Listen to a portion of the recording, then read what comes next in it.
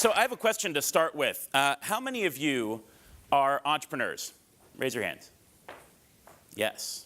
So I want to introduce you to a friend of mine, a longtime mentee and someone who inspires me, because mentorship is a two-way street. His name is Darius Quarles. Darius was born in the south side of Chicago. He's a young black male. He was born into a family where he lost his father early. His father was killed. His mother went to jail. He ended up in the foster system, went through house after house after house, had a school with untold thousands of students, but only one teacher who saw something in him and said, "Darius, you should go to college." And he said, "I can't do that. Where would I find the money?"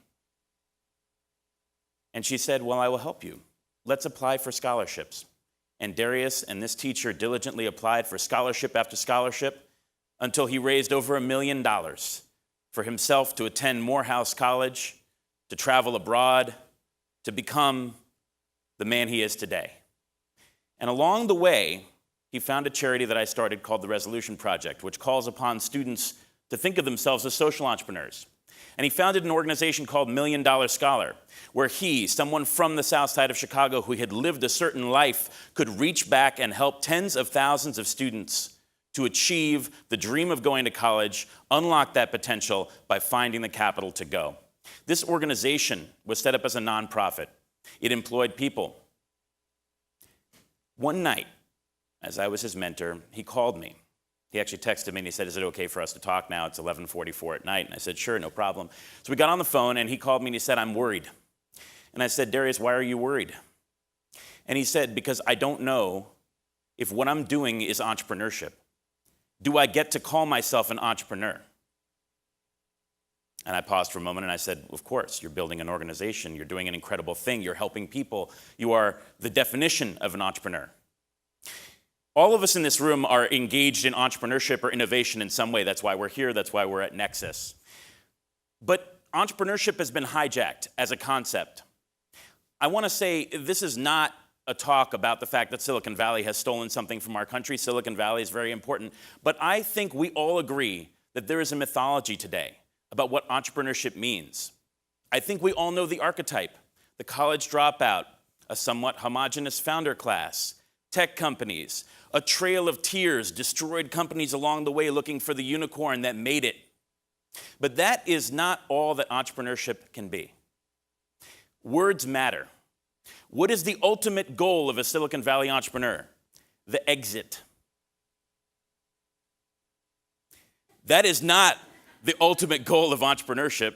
That is not what our country needs in entrepreneurs that are called to start and build things. But people are listening to these words. Students are listening. People who wish to aspire to a career, perhaps in entrepreneurship, are listening to what we mean when we say those words, to what we celebrate when we think about entrepreneurship.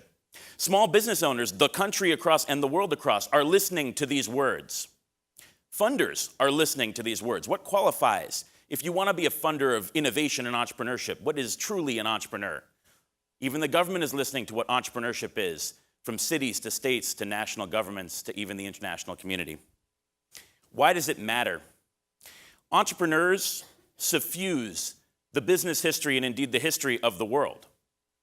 They are the coral reefs on which communities grow. Entrepreneurs can start something as small as a lemonade stand when they're 5 years old or as large as Facebook. All of it is entrepreneurship. All of it is acceptable. And as I say, this is not an anti-tech rant, but if you think about entrepreneur today, you think about Mark Zuckerberg or Elon Musk. You do not think about the corner bodega owner who is also making ends meet, employing people, selling products, building something. Maybe he's not going to exit for 40 years, and maybe that's a good thing for the community. It also matters because the future of work and society is changing. We often at NEXUS talk about what the future of our society will look like, and the fact that the factory floor, the business that employs hundreds of thousands, maybe even millions in secondary jobs, is no longer going to be the way that we do work.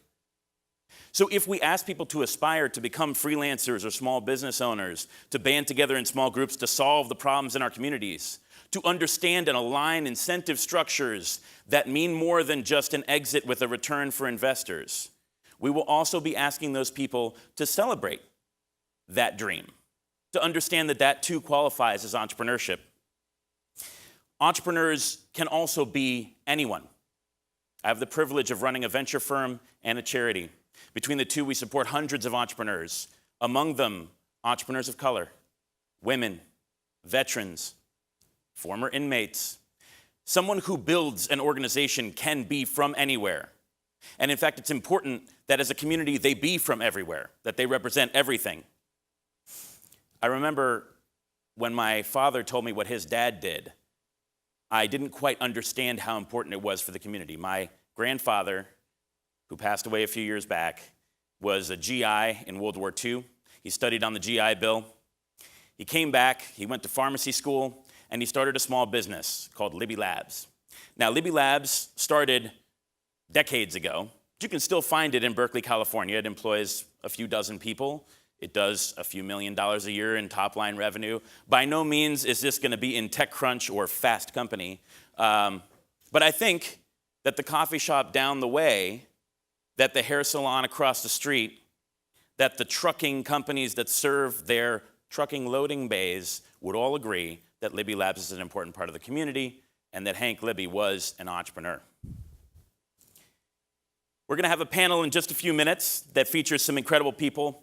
Donnell Baird, founder of Block Power, a solar entrepreneur and a community entrepreneur. Nicole Isaac, who is head of public policy, one of the heads of public policy at LinkedIn. We've got Alpha Demelash, who started one of the leading community venture funds in this country, Rising Tide Capital. We have Kristen Sharp from New America, who helped lead the Shift Series report. And we have Nick Carter of Vice Media. Now, you might ask yourself, why is Nick on this panel? The rest make total sense. If Nick is in the audience, he will nod when I say, one of the things we can do to reclaim entrepreneurship is to understand how we as a society and how the media celebrate entrepreneurship. What do we venerate? How do we talk about it?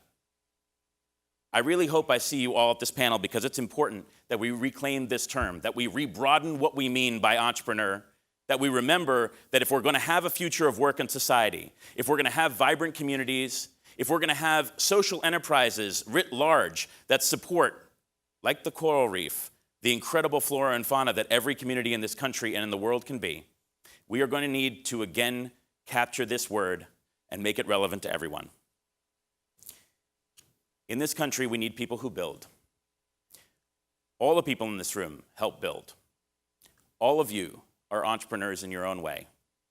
And I ask you to help us reclaim this word because at this time in history, people who build are going to build the future. Thank you.